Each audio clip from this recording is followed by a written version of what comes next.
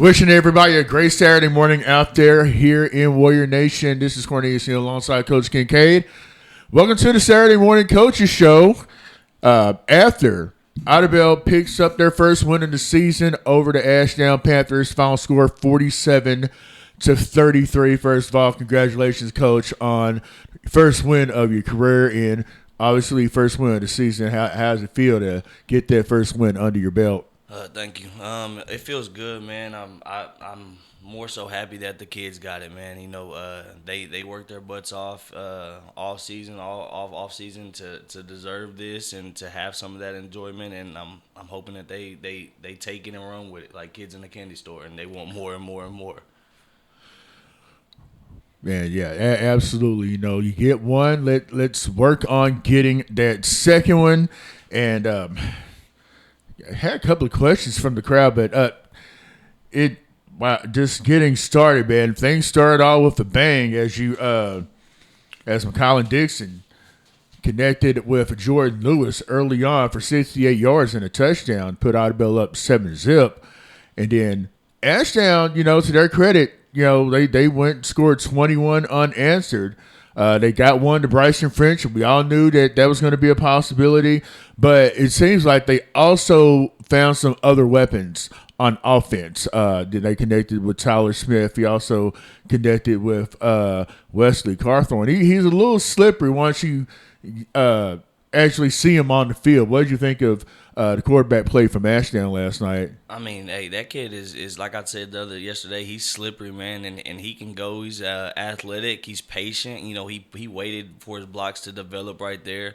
And, you know, we had some alignment things defensively where our guys weren't fitting, and we got a little tired late in the half that, you know, he was able to get loose a little bit and do some things. But, you know, credit to them on them, you know, doing what they do and getting the ball to their playmakers. I mean, they were in it.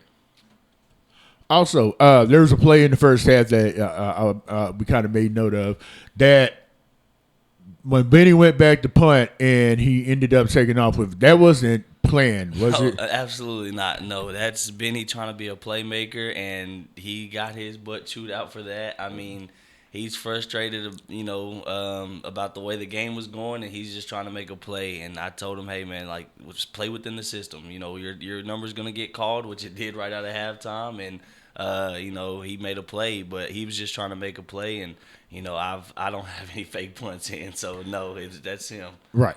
I mean, it wouldn't be so bad had he got the first down, but I know Aaron definitely made note of that as Ashdown got the ball back. So, rest of the scoring, Dixon scored on a 2-yard scamper, and then, let's see, Dixon connected with Jordan Lewis for a touchdown, and then that quarterback, Riley Williamson, scored again, and then we ran off, let's see here, 2 straight McCollum to Benny for 92 yards, missed the PAT, then Benny scores again for 35 out, and then the quarterback for Riley Williamson scores, and then we ended scoring 2 more touchdowns. Your final was 47-33. I was trying to keep track of everything through Max Preps, and it seemed like it glitched on me right before halftime, right about that time that Ashdown quarterback scored, and it finally came back up and got to running about halfway through the fourth quarter. So I'm trying to catch everything up. I know everybody's curious about stats. Idabel did rack up a little over 500 yards total offense. Getting into rushing, leading rusher was Quincy Pond. He actually finished 13 carries, 123 yards, no touchdowns. He had a fumble at the end.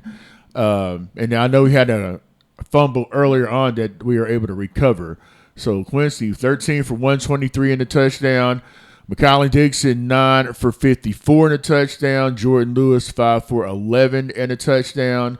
Ja'Shawn Dixon had a couple of nice runs, especially later on in the game. He finished 7 carries for 29 yards, and then Benny had the 5-yard scamper. But I know the big question everybody's curious about is how many yards did McCollum Dixon throw for?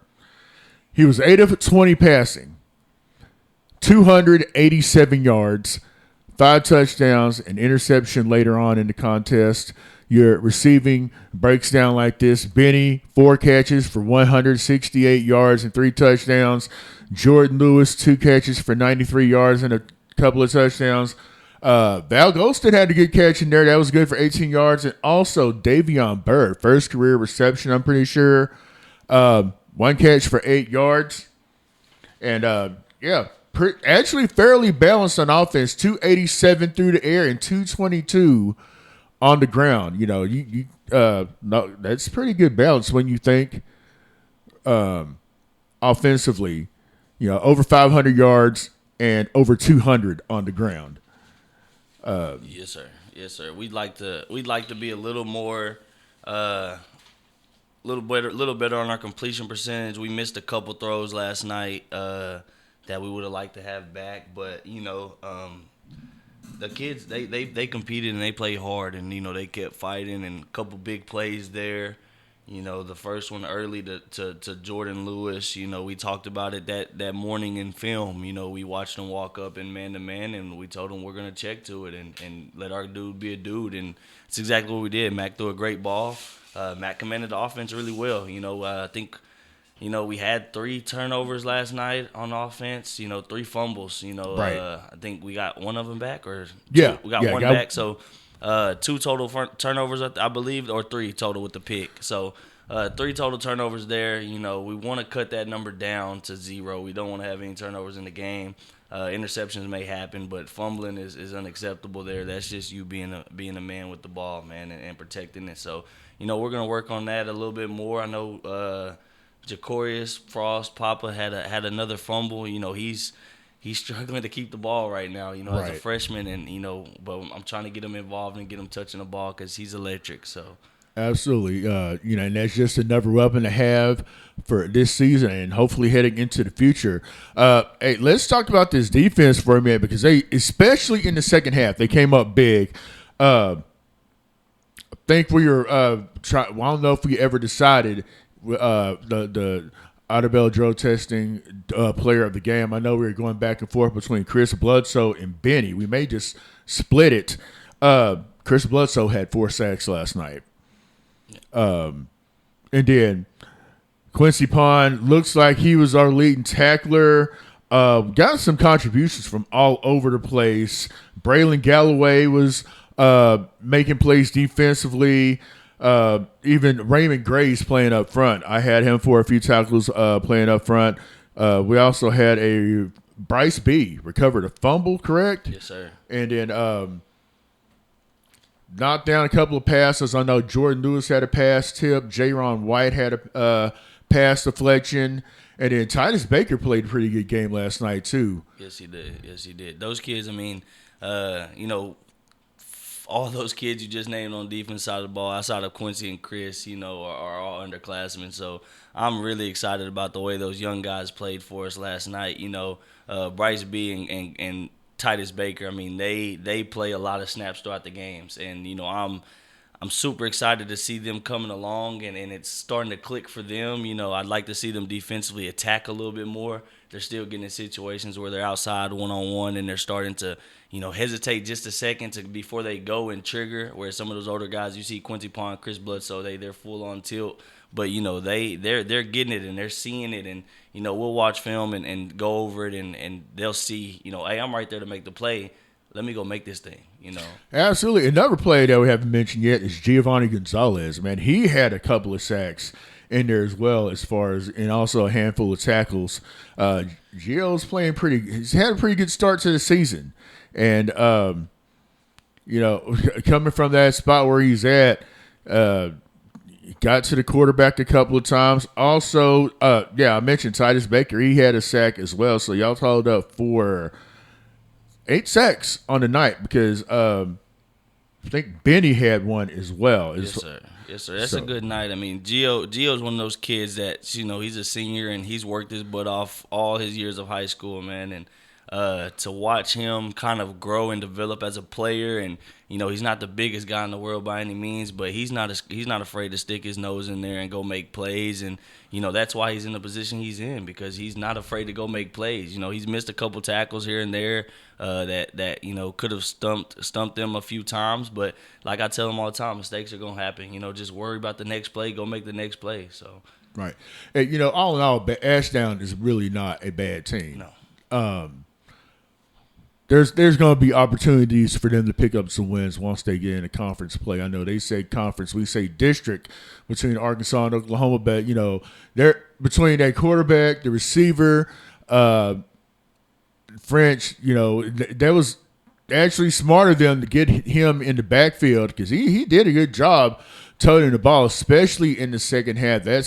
To be honest, that's a good strategy for them to have moving forward. I don't know who they have next on the schedule, but that was definitely a good look for them as things were moving offensively. But we finally got some stops, and did we turn them over, or I thought they were? Outside of the fumble, I don't think so. I mean, just that one fumble that we forced. I mean, there was a couple of them. The one when the quarterback was trying to throw it, or they say they were trying to throw it, and I think Chris knocked it out, and we would have recovered it.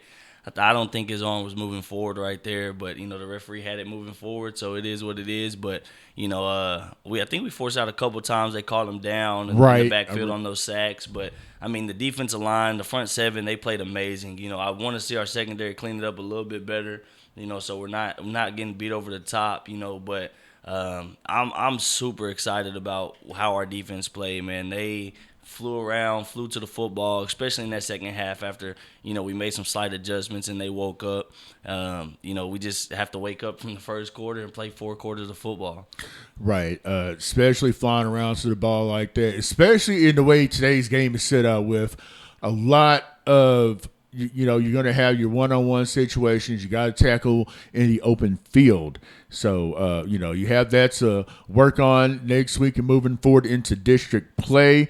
You know what? We're going to take a quick break. We'll be right back. We're going to talk about scores from across the area and some scores from the district. Quite a few teams had bye weeks, but we'll be back. You are listening to the Saturday Morning Coaching Show right here on Idabel's First 96.7 KBEL.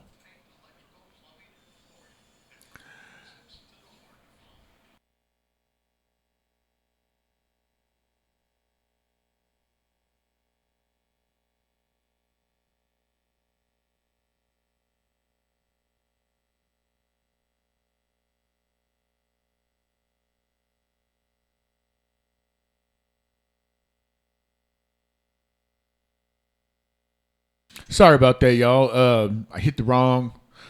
I was on the wrong mouse pad, so my apologies for that. We're back here with Coach Kincaid here on this Saturday morning after Idabel picks up the 47-33 win over Ashdown. Well, there are a couple of questions that I had from Aaron that we'll get into before we get off the air here this morning. We're going to get into some scores from around the area that may interest you. Both Broken Bow and Valiant had byes. We were the only county team in action last night. This one's going to catch your attention. Hugo and Dixon. Hugo wins 20-14. Let me tell you how that happened. It was tied in the final minutes, and Dixon, they went back to pass. It was picked off by Quincy Shelton, and he went up. I think he picked it off in the end zone, so he went 100 yards from end zone to end zone to score the game-winning TD as time expired. Like, as he was crossing the goal line, the clock went from 3, 2, 1 to 0. So Hugo wins 20-14 on a last-second pick six from Quincy Shelton. Congratulations going out to the Buffaloes. I know y'all saw their JV in their middle school earlier in the week, so congratulations going out to them. All other scores from across the district. Other district teams. Muldrow beat Spyro 52-6. Those guys are putting up some numbers right now. I'm not sure, if they've really played anybody, but still 50 points is 50 points. Sallisaw beat Eufaula 57-19. Stigler beat Stillwell, real defensive battle, or that's what we're going to call it right now. Stigler wins 7-0. In the days of scoring 30, 40, and 50 points, you have a 7-0 ball game. And then Vian beats Pecola 41-20. I thought that would be a really good game. Pecola, I think they're a Class A school. Really, really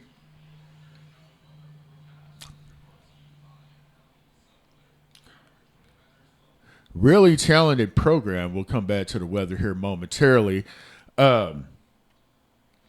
Let's see what else we have. Davis beat Plainview 36-35.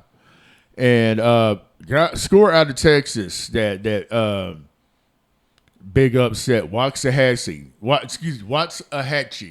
beat Duncanville 28-27. I know Duncanville very highly touted. Usually, I don't know if they're ranked 10th in the state or 10th nationally. Do you know if that's a national ranking that's on Duncanville, because they had 10 by it? So yeah, they might be. It might be nationally ranked, but I don't know, because I don't know if they've. I know I'm not gonna say they're down by any means. It's Duncanville, So, but I know that they're not as elite. So I don't know if they have them ranked 10. They may have them ranked 10 nationally, though. It wouldn't surprise me. Okay. Do any of those other scores jump out at you? Yeah, Eufaula and Sallisaw, they were 19-18 at the half, and that was a good game for a second, and I guess Sallisaw overpowered them late and got going. Mojo Spyro 52-6. Mojo's been putting up numbers, and they have athletes over there that can do that. They're gonna be a high scoring team all season. Like you said, though, they've played a lot of small teams there, but you play who's on your schedule, so it is what it is. Right. I was also looking for that Tishomingo Antlers score. Antlers was actually up at one point, but Tishomingo came storming back to win 47-20. Ouch. So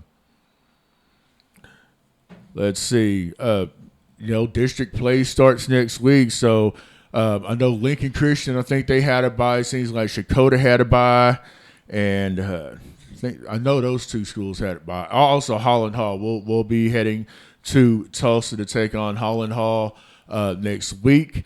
We'll get the chance to look at them. I know y'all do that early in the week on film, and I will do my due diligence to see what they look like on film. Also have to, make arrangements so we can be in their press box for Friday night.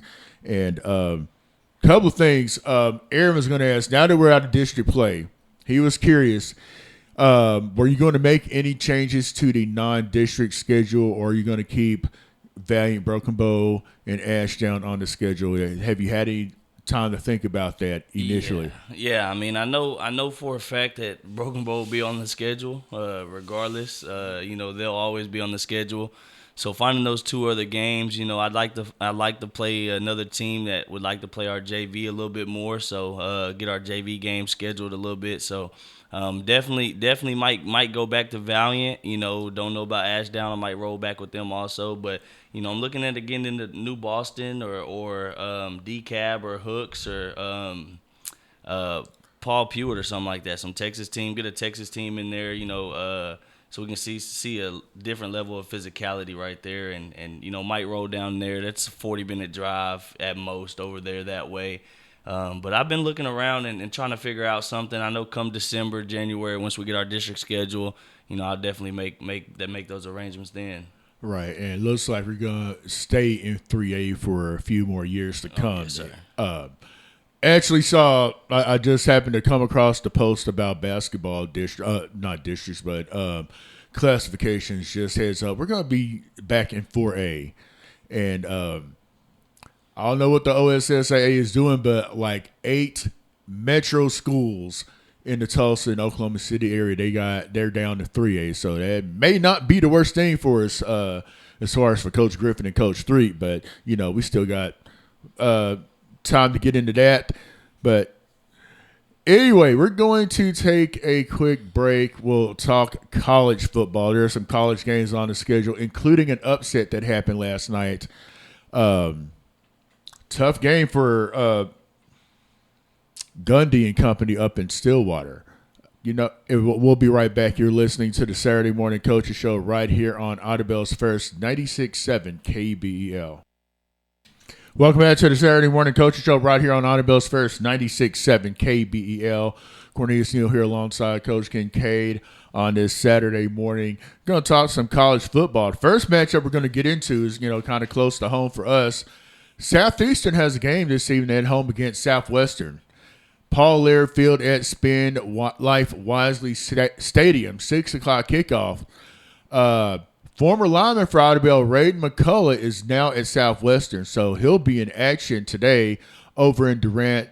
Southeastern looks to bounce back after a tough loss against that would have been Ouachita Baptist. I think the final of that one wasn't it 41-21? 41-20, I believe. Yeah, they were in the game, most of the game, and third quarter. I think earlier they were up in the second quarter, and third quarter emotions got the best of them. Defense gave up some plays. Defensive penalties got to them a little bit. A couple late hits.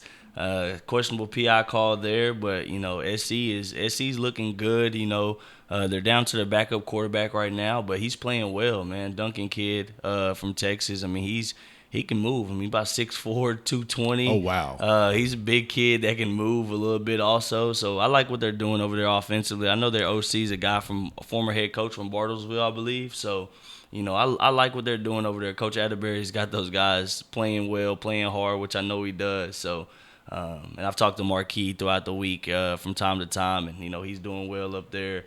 He showed me a couple practice clips of him winning some one-on-ones. So I'm proud of Marquis over there doing his thing. Yeah, Key doing good things over there, Marquis. And like I mentioned, Tulsa beat Oklahoma State 19-12. Bit of a shocker because, Tulsa, I mean, they're not on a level of an Oklahoma or Oklahoma State, but they're, fairly decent program up there. And, they jumped out 19-3, and Oklahoma State tried to come back, and they had the ball late and just wasn't able to get in the end zone to have a chance at tying it. So, what are they going to do with Gundy? Because I know folks might be calling for his head, but that buyout, oh my goodness, that buyout is multi-million-dollar buyout, and you think Gundy would be a lifer in Stillwater, but we'll see how things turn out up there. Many Oklahoma State fans, if you got any inside info, you can share that with me. Big game in Normandy, Auburn, coming to Norman to take on the Sooners. If anybody happens to be making that trip, be sure and wear crimson. Jackson Arnold, former OU quarterback, coming back to Norman. They've gotten out to a good start up there, but that OU defense is looking really good right now. A guy that I covered from basketball from Beggs, Kendall Daniels, is now playing outside linebacker. Guy, 6'5", 240. And he laid a really good hit on Michigan a couple of weeks ago. So that'll be an ESPN kickoff at 2:30. Another good game that'll be happening here in about an hour and a half. You got Texas Tech at Utah at 11 a.m. That'll be on Fox. You have Purdue at Notre Dame. That's a 2:30 kickoff on NBC and Peacock. In the Big Ten, a big one between Nebraska and Michigan. Michigan bounced back after losing in Norman a couple of weeks ago.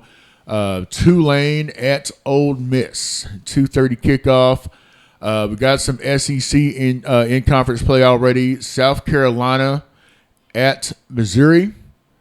I think later on, this coming week they'll announce, they're having where each team has 3 designated conference games that they're going to play every year. So I know OU will have Texas, and then who knows between Arkansas, Missouri, and Texas A&M. I figure it's going to be 2 out of those 3, but that remains to be seen. They're very well keeping it under wraps. Also, Michigan State at USC. Lincoln Riley and Company, that's your late kickoff. That is a 10 p.m. kickoff our time on Fox. If you get a chance to get a nap in after that OU game, you might be able to watch that one. And also, come check out the Idabel View football program. They are in action today. The 12 and under team will start things out. They will play Hugo at 4 o'clock. And then you'll have the 6 and under, 8 and under, and 10 and under, taking on Valiant. All this at Warrior Nation Stadium. The 12 and under will start at 4 o'clock.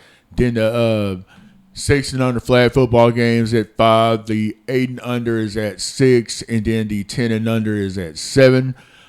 Sometimes those run a little late, but hey, got a pretty good program over there. Also, right now, as we speak, the Idabel cross country team is hosting a meet. They're out at the Votech campus. I think that one race is ran already because the first race was set to start at 9:15 with the varsity girls. Varsity boys are about to start here any moment now, and usually when one race finishes, they'll get ready and get started with the other one. So you have your high school, your middle school, and your elementary. All those kids will be out running. Coach Harjo and Coach Bray have a good thing going out there. And go out there and support those kids. If you're not doing anything, make your way out to the Votech, take their bypass, and go out and support those kids. Come out and support the youth league. And, next week we'll be on the road again up to Tulsa to take on Holland Hall. Have you had a chance to look at them for anything? Yes, sir. I've watched them a little bit already. I checked out their roster. Them being a private school, them going to be able to recruit. Just compared rosters, just see what they looked like last year versus this year roster-wise. And, they brought in 3 or 4 kids, I believe. They brought in a JV kid from Jinx who's a senior now, 6'4", 200-pound end. So he's real slim, but he's very technical. I was checking out his Twitter, just, going through and seeing new names on the roster, checking out their social medias and things like that. They're a good football team. They beat Cassia Hall, Victory Christian. I forgot who else their other win was, but, they're a good football team that's playing good football right now. So we're going to have to go play up there in Tulsa. Long road trip for our guys, our first long one of the year. It's always tough. But, we're going to have those kids ready to go compete there. And ready to, hopefully, like I say, go get paid, man. Absolutely. Chance to get district play started on a good note. So, folks, be sure, plan accordingly. Make that trip to Tulsa.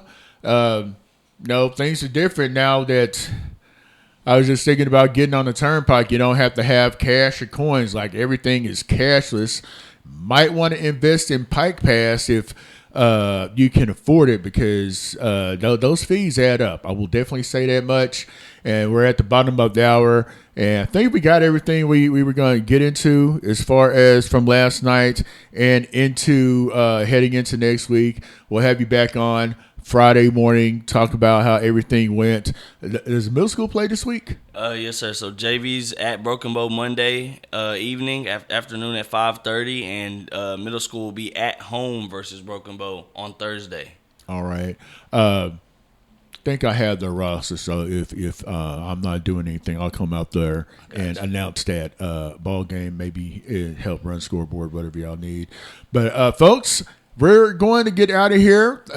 Enjoy the rest of your Saturday. Thanks for tuning in to the Saturday Morning Coaches Show right here on Idabel's First 96.7 KBEL.